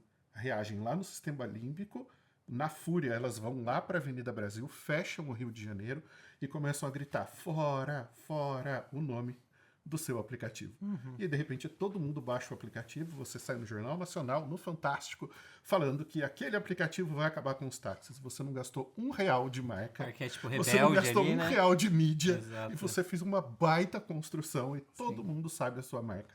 E hoje, quando alguém vai trabalhar de motorista de aplicativo no outro aplicativo, fala, eu vou fazer justamente a marca desses caras. Eu falei que eu não ia ensinar, mas pronto, saiu. O grande ponto é, toda essa cultura das startups levou para a cultura de performance. Né? Tudo é performance, tudo é CAC, tudo é receita de curto prazo. Veio a pandemia, aí veio o processo inflacionário, as taxas de juros foram para cima, os VC cortaram o dinheiro, do dia para noite o rei estava nu em todas as startups. E aí eu comecei a ouvir o papo de branding. Foi muito, muito simbólico, assim. Você já estava mergulhado nisso, então a tua percepção é muito maior, você já estava dentro desse mercado. E eu tinha gravado com um mineiro uma vez o podcast, e eu falei, cara, por que nenhuma startup olha para marca? Por que nenhuma startup constrói marca? É tudo performance, performance, performance. É tudo aquisição. Né? Ninguém está olhando de forma global. Aí quando veio esse contrafluxo, assim, ele me chamou, né, velho, isso eu tinha falado. Eu falei, mas cara, quem vem do marketing tradicional, você olha o 360, você olha o todo. Né? Então, assim... Você tava na 99 nessa 2017, época, né? Você tá falando 17, do aplicativo e ele tava na 17, 99. eu tava falando do concorrente. Então, 17 estava na Oracle, 18... tava na 99, 18 e 19. construindo marca lá Construindo marca. pra eles. Exato. E fazendo pesquisa de mercado, colocando todos ali que estavam entrando na época também. Mensal, a gente fazia. Alguns morreram, inclusive, né? Desses aplicativos de mobilidade, Sim, né? sim. Cabify existe ainda. Cabify morreu. O Lady Driver, que era um aplicativo que eram motoristas mulheres. Daqui de Araraquara, não. Eu sou de Araraquara, o Lady Driver surgiu em Araraquara. Legal. Sim, sim. Então também... Isso é uma pena, eu senti muito quando não deu certo. Porque, por Uma exemplo, a minha filosofia filha bacana, agora né? tem 17 e às vezes ela precisa ir de um lugar para o outro e aí a gente tem que se virar. Porque se a minha ex-mulher está cuidando de alguma coisa do meu filho, meu pai não está disponível, eu estou numa reunião, eu não posso mandar um Uber para ela. Eu não confio botar minha filha de 17 anos com um cara desconhecido. No Lady Driver eu teria mais segurança de fazer. No caso do Lady Driver, a feature, né, que você poder escolher uma mulher como motorista também está sendo espelhada nos dois. No Uber e na 99 eles estão implementando essa feature. Provavelmente por isso que morreu o Lady Driver. Exato. Porque ele veio para uma feature que não existia, que era poder escolher uma mulher como sua motorista. Sim. Aí, a partir do momento que o aplicativo global, líder de mercado e o segundo maior de mercado fazem essa feature, esse aplicativo deixa de existir. Exato. E o próprio modelo Mas de o negócio... branding ficou na minha cabeça. Eu preferiria baixar um app que só faz isso do que usar a função. Né? É engraçada a construção. É isso. O quanto gruda na mente isso. Vamos puxar o pino da granada? Bora. Vou te colocar numa situação complexa. Vamos. Como Em eu já sei que você é 1930. fã da marca, eu já imagino o caminho que vai tomar. Mas eu acho que é até um processo de educação.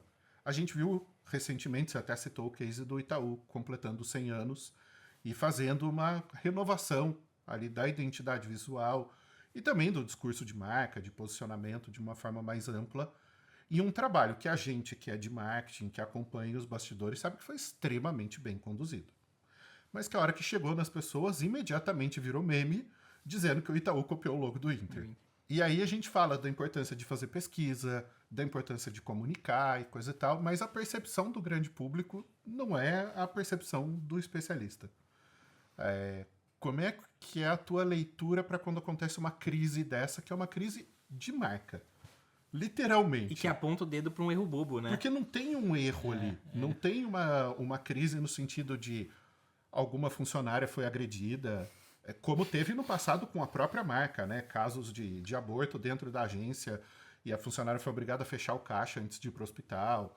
Ou no Itaú Cultural, quando um segurança, a mãe estava amamentando, ele pediu para ela ser retirada ali, ir para uma sala privada e tal. Que foram conflitos éticos graves e que a Sim. marca teve que trabalhar e a vida seguiu. Aprenderam com os erros, virou treinamento, virou compliance, isso não pode acontecer de novo e tal, mas a gente sabe que a cultura de banco é cultura de resultado. Né? O gerente ligando para você abrir conta, para você fazer investimento, para fazer as coisas. Mas, assim, essa crise foi uma crise de marca, literalmente. Né? Como é que é lidar com o cliente num momento desse? Bom, eu vou tirar, já que jogou a granada, eu vou trazer aqui meu escudo para ela bater e voltar. Acho que quando a gente vai falar de dado, né, e tudo que aconteceu em relação a essa coisa de o Itaú copiou o Inter, o Itaú está lembrando o Inter, o Itaú está construindo para o Inter. Vamos olhar primeiro para o dado, né? Vamos olhar para o dado histórico. O Itaú trabalha a cor laranja desde 1980. O Inter mudou para laranja em 2018. Então temos uma associação de marca feita há muitos anos, trabalhada durante muitas décadas para que as pessoas associassem o Itaú ao laranja. Né? Quando a gente olha tamanho de negócio, o Itaú tem 100 milhões de clientes, o Inter tem 30. Então a gente está falando de uma distância de 70 milhões de clientes. E quando a gente vai falar de a internet está comentando, a internet não é o Brasil. Eu acho que isso é uma das coisas que eu gosto muito de relembrar.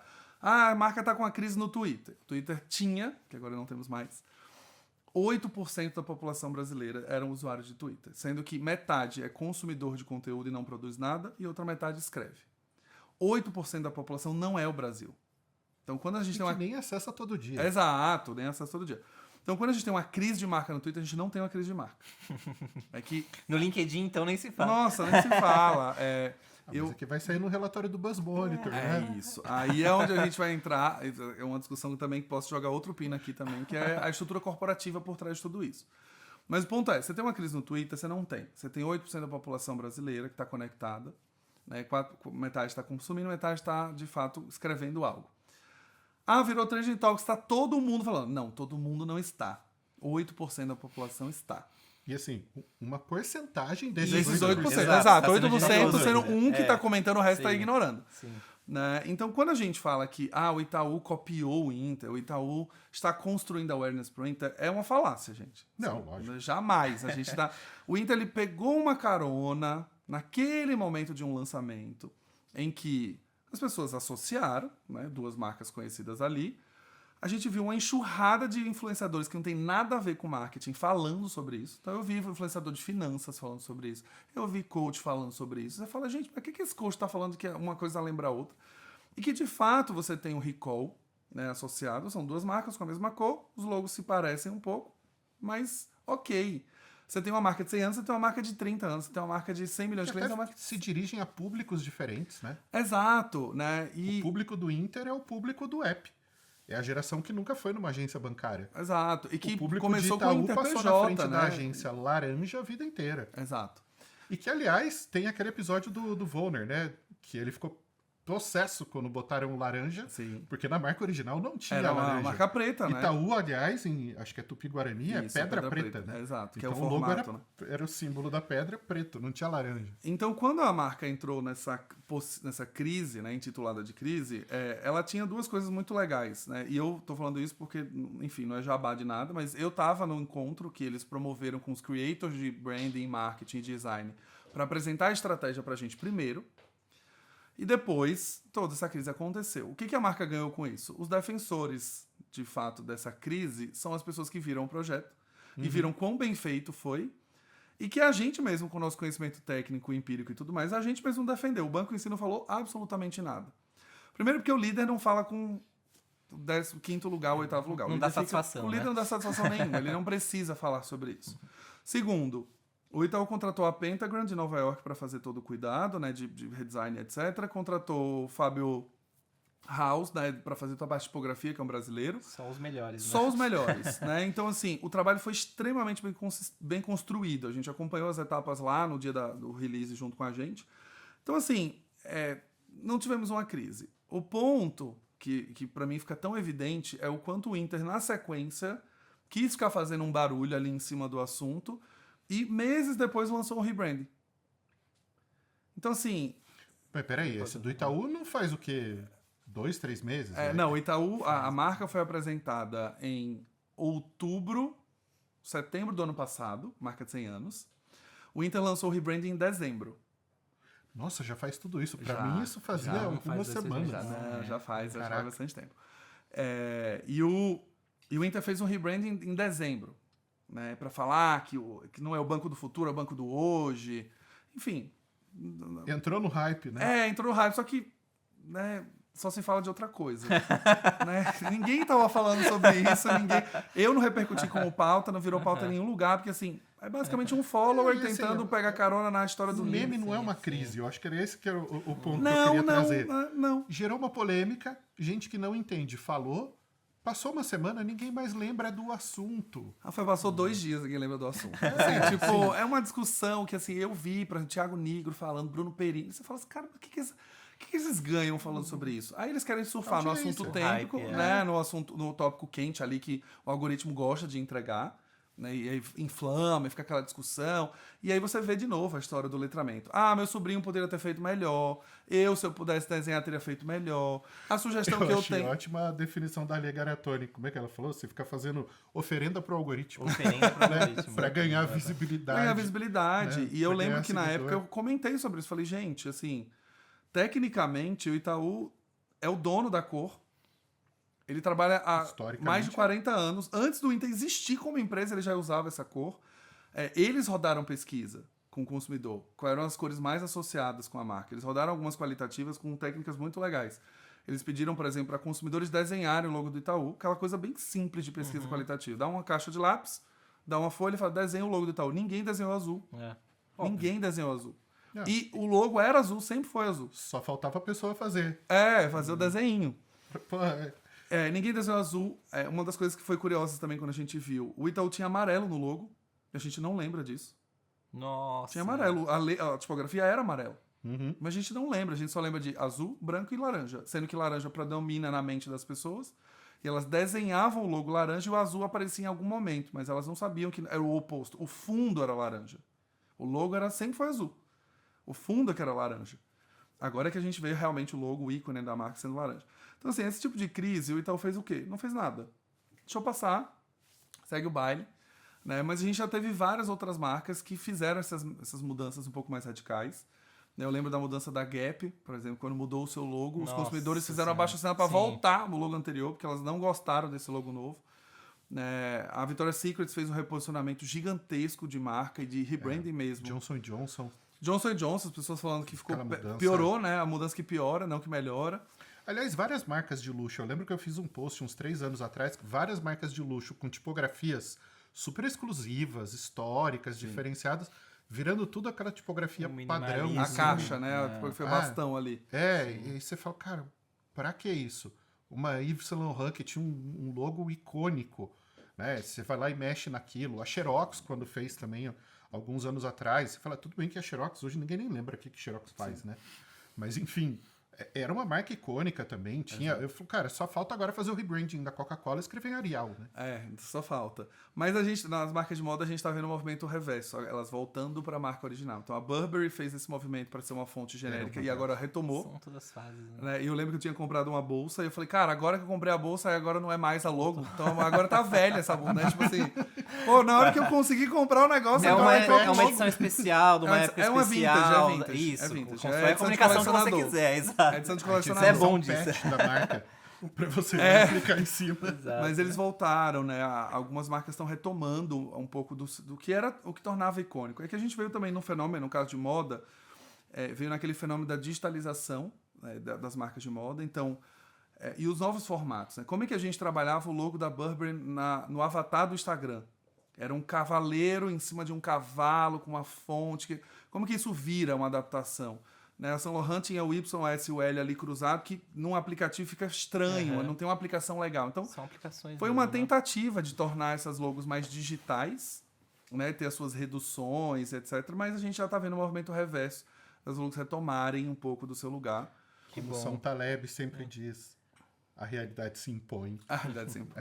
Então, assim, eu acho isso fenomenal. Quando eu vejo a comparação, por exemplo, das campanhas que as marcas fazem no Ocidente e o que elas fazem no Oriente Médio. E aí a pessoa fala, não, porque o branding, não sei o que. Falou, não, o posicionamento ele tem um reflexo cultural. Tem. Se você for mexer na cultura, você vai apanhar. Claro, Né? claro. Então você tem que respeitar. E aí, quando eu vi esse papo de não, porque as marcas têm que se tornar mais digitais, porque o público. Eu falei, peraí, mas o público delas não é esse público. Não tem que mexer nisso. Não, mas todo mundo tá dizendo. Todo mundo quem? Influencer, que tá 8%. falando coisa que não entende, 8% sem da base, população. justifica pelo hype. Sim. Não, porque a geração Z compra diferente. Porque não sei, faz, Sim. toma pau e aí tem que voltar atrás. Volta. A gente tá vendo agora... Cara, quando você atropela os fundamentos, você vai errar. Sim. Não tem como. A gente tá vendo agora o rebranding da Victoria's Secret. Né? Então a gente vai ver a volta dos desfiles. É o desbranding. É o disbranding. Eles estão voltando à essência do que era anterior. Né? A Victoria's Secret ficou durante muitos anos explorando aquela imagem da mulher sexualizada. A gente veio para discussões culturais em que novos corpos, novas peles, etc. A marca ficou na resistência. A gente falou, não vou. Foi lá e fez a chave virar 100%. Aí colocou as mulheres com vários tipos de corpo no fundo branco, com o sutiã, a calcinha bege, cinza, aquela coisa completamente sem graça. Perdeu o asset principal, Nada que a era o ver com a sexiness, marca. que eles tinham muito Exato. grande, as angels, não sei o quê. Insistiu. Loja fechando, faturamento não vem, né? Agora voltam as angels, volta o desfile, volta as modelos magras, volta tudo de novo. Vira a chave de novo. Vira a chave de novo pro posicionamento que ela sempre foi rei, O né? público no dela final. era aquele. Exato. É que aí, de novo, entra a coisa que a gente começou a conversar no episódio. O que são os problemas? Né? A Victoria's Secret teve um diretor criativo por mais de 40 anos que deu uma entrevista falando que a marca era feita para mulher magra, que não vai colocar mulher negra, que não vai colocar mulher com corpo diferente. Podia não ter falado, né? E podia guardar essa informação para ele. Porque, no final, né, a Abercrombie passou por isso. A Abercrombie também, o fundador também disse, se você quer usar a Abercrombie, você tem que emagrecer. Eu não vou fazer GG. A marca é para quem tem corpo bonito, é marca para quem malha, é para você caber dentro daquela roupa, você vai ter que ter um corpo bonito. Ela vai lá, fala isso, aí vem toda uma crise, um escândalo, a marca perde o apelo, porque também forçou muito a ideia do corpo perfeito no momento de sociedade que a gente fala sobre aceitação e tal. Mas agora a gente olha as ações da Abercrombie de novo, voltando a ter um pouco mais de protagonismo, cresceu mais que a Nvidia no último trimestre, volta a marca a trazer corpo de novo escultural, e aí você fala, cara, no final das contas não precisava mudar nada. Ela só teve uma má gestão de imagem que se confunde entre fundador, diretor da marca, falando um monte de bobagem. Um monte de asneira. Eu brinquei uma vez falando sobre isso num post, que era justamente assim, qual que é a posição política do Tim Cook? Ninguém sabe. O que o presidente da Ford... Ninguém sabe, ninguém vai saber. E tem um motivo para eles não falarem. Porque no final... simplesmente não gera causa. Eu sempre falei, cara, o que é liberdade individual não é discussão corporativa. Exato.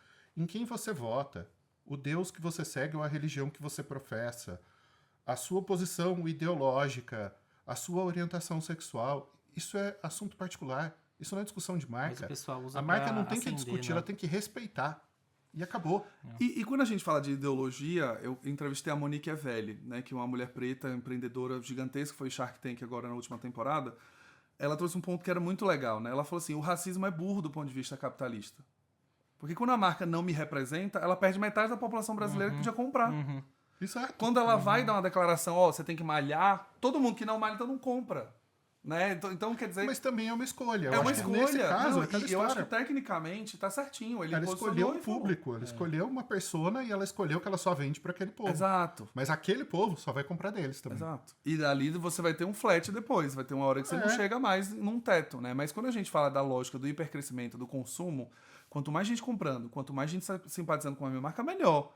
O posicionamento ele existe e hoje a gente tem um desafio de uma marca ser aberta o suficiente para falar com o maior número de pessoas, mas ao mesmo tempo única o suficiente para se conectar. A história é ser consistente, né? Porque hoje, quando você quer falar com todo mundo, você vira uma marca genérica. Né? E é onde a as mães gente sempre quer... tiveram razão. Você não é todo mundo. Você não é todo mundo. Voltando pra mãe do Galileu, exato. Um pouquinho pra você, pra sua história. O Game Changers, ele traz um momento de viradas de chave, né? Como o próprio nome diz. Queria que você, Galileu, agora, inclusive agradeço o convite novamente aqui, encerrasse falando na sua carreira o que foi uma grande virada de chave aí pra quem tá escutando a gente, vendo a gente, pra inspirar um pouco aí quem tá assistindo a gente.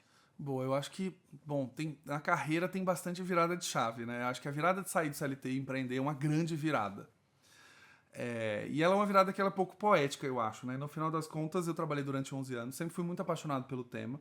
Quem tá assistindo sabe que eu falo com brilho nos olhos, vocês estão vendo aqui, já escrevi livro, tanta coisa ali. Mas eu entrei num processo de cansaço de ter que convencer que branding precisava ser feito nas empresas que eu passei. Eu já estava desgastado, não aguentava mais defender o assunto. Isso me frustrava muito como profissional, porque eu sempre fui um cara muito curioso, muito estudioso, fiz especialização, fui para fora, morei fora, compro livro, faço curso, né? E eu volto e aí eu tenho um CMO que não entende nada sobre branding, eu tenho que ficar brigando com ele para fazer uma coisa que vai ser bom para a marca dele, mas a sensação que eu tinha é que eu não era nunca qualificado o suficiente. Eu tive uma experiência muito pessoal e única, né? Eu tive um CMO que assumiu a posição de CMO, ele veio de vendas, foi transferido de vendas para marketing, e o primeiro dia de trabalho dele foi: eu não entendo nada de marketing. E aí eu me frustrei completamente. Falei, cara, fiz uma especialização, fui para os Estados Unidos, morei fora, tô estudando pra caralho, e assim, eu tô para um chefe que não sabe nada. E aí quando eu começo a apresentar as coisas para ele, mas isso aqui eu não acho que funciona. Isso aqui, você fala, como que essa pessoa está nesse cargo? Então a minha grande virada de chave foi quando eu entendi, aí olhando para o lado do empreendedor, que tudo bem, né, as empresas são assim, o mercado assim, a dinâmica é assim, mas como que eu quero fazer então com a minha vida? Que lugar eu me encaixo melhor então? Porque nesse já não encaixa mais. Né? E eu me encontrei nesse lugar de consultoria. Porque a gente inverte o jogo completamente. Agora é o cliente com um problema me chamando para dizer o que ele precisa que eu fale. Eu não tenho mais um chefe que eu tenho que convencer. E eu tenho um cliente que está pagando para dizer, cara, se você vier para me falar o que eu já sei, a empresa já está indo para o lugar errado. Eu quero que você me desafie, eu quero que você traga o problema, eu quero que você coloque o dedo na cara. Então eu me encontrei nesse lugar. Eu acho que essa posição de me encontrar nesse lugar me trouxe paz. Eu passei 4 meses fazendo terapia com síndrome de impostor, achando que ninguém compraria da consultoria, que eu seria só mais uma marca por aí, que de fato ninguém ia... Quem que é esse menino de Aracaju que veio para São Paulo e abriu uma consultoria num lugar que tem Ana Couto, Future Brand, Interbrand? Falei, cara, não tem espaço. Aí eu fiquei 4 meses nessa. E a grande virada de chave foi quando eu entendi que, através da educação, e com esse jeito didático, com essa calma e paciência para trazer mais técnica, profissionalismo para o assunto, respeito, seriedade, a gente começa a ver uma mudança. Primeiro no perfil de cliente, que o perfil de cliente que hoje me contrata é um perfil que fala, cara, eu quero te ouvir, eu quero ouvir o que você tem a dizer, eu quero ouvir o que você estudou, eu quero que você traga realmente as melhores práticas, e aí faça com que você alavanque a marca junto com a gente. Todo mundo ganha. Eu ganho, você ganha, o mercado ganha, todo mundo ganha. Então essa grande virada de chave foi quando eu entendi o meu lugar agora corporativamente, que talvez tivesse que virar o jogo mesmo. Eu teria que sair desse lugar, senão eu ficaria muito frustrado como profissional. Então a virada de chave aconteceu quando eu realmente falei, vou abrir uma empresa. 4 meses depois, lutando, não, acho que não vai dar, ninguém vai contratar. Isso é 2020, a gente corre para 2024, né? E a gente olha a empresa atendendo grandes marcas, acabando de lançar livro, podcast no Top 50, crescimento em seguidor ali com consistência, esses conteúdos influenciando de fato as pessoas, porque não é um conteúdo que viraliza e tem um grande público que explode, não, mas são as pessoas que eu quero que estejam escutando. Né? Quando eu vi, por exemplo, a Luísa Trajano, do Magalu, recomendando o podcast no Twitter dela, eu falei, chegamos nas pessoas certas. Né? O Caíto Maia também, a gente falou do Chili Beans uma vez, chegou no Caíto Maia também. Então você fala, cara, cheguei no lugar e agora eu tenho uma missão, que é justamente trazer educação para o mercado, que ainda não enxerga branding na maneira mais técnica que deveria enxergar, e eu agora tenho uma contribuição de ensinar esse mercado e, ao mesmo tempo, tenho clientes que agora entendem o que eu estou falando e querem ouvir justamente isso. Então essa acho que foi a grande virada no final. Valeu a pena. Agradeço demais de novo sua presença aqui. Agradeço o trabalho que você está fazendo, inclusive com os empreendedores, com o lado educacional, o livro. E, enfim, volte sempre que precisar pra gente poder trocar essa ideia aqui no Game Changers. Eu que agradeço. Obrigado pelo espaço. Trouxe o livro pra vocês, claramente, né? Então, olha, ganhamos presente. Eu espero que esse livro... Tem uma que eu faço quando eu entrego. Vou assinar depois, tá? Calma, lógico, que a gente já veio direto pra gravação. O japonês, quando entrega o cartão de visitas, ele entrega com as 2 mãos. Com as 2 mãos. Então, toda vez que alguém me pede para autografar o livro, eu devolvo com as 2 mãos. Boa. É uma técnica bem legal. As pessoas gostam. Vou fazer isso também. Eu, na 99, quando a gente foi comprado pela Didi, a gente teve que prestar atenção nisso, né? Que eles entregavam tudo com as 2 mãos também. Qualquer documento, relatório, tudo era sempre com as 2 mãos. E sempre olhando nos olhos das pessoas também, quando tinha algum tipo de cumprimento. Obrigado pelo presente. Então, espero que vocês curtam. Obrigado é um livro com pela leitura aula. super simples, fluida, rápida, e eu acho que vai ser um bom guia para continuar inspirando vocês também a construir marcas mais legais, mais humanas, mais responsáveis, que eu acho que é o que a gente precisa. Muito obrigado. Fechado.